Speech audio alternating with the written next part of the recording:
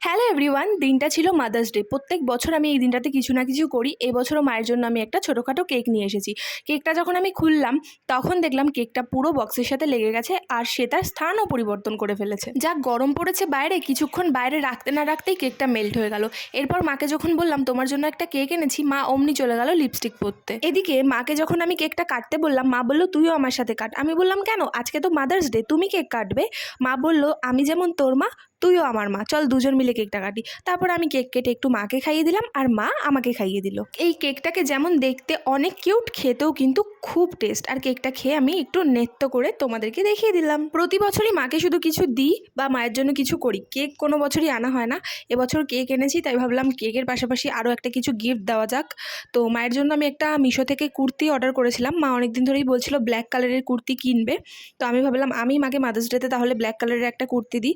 আর সত্যি বলতে আজকেই মিশো থেকে আমাকে এই পার্সেলটা ডেলিভারি দিয়ে গেল।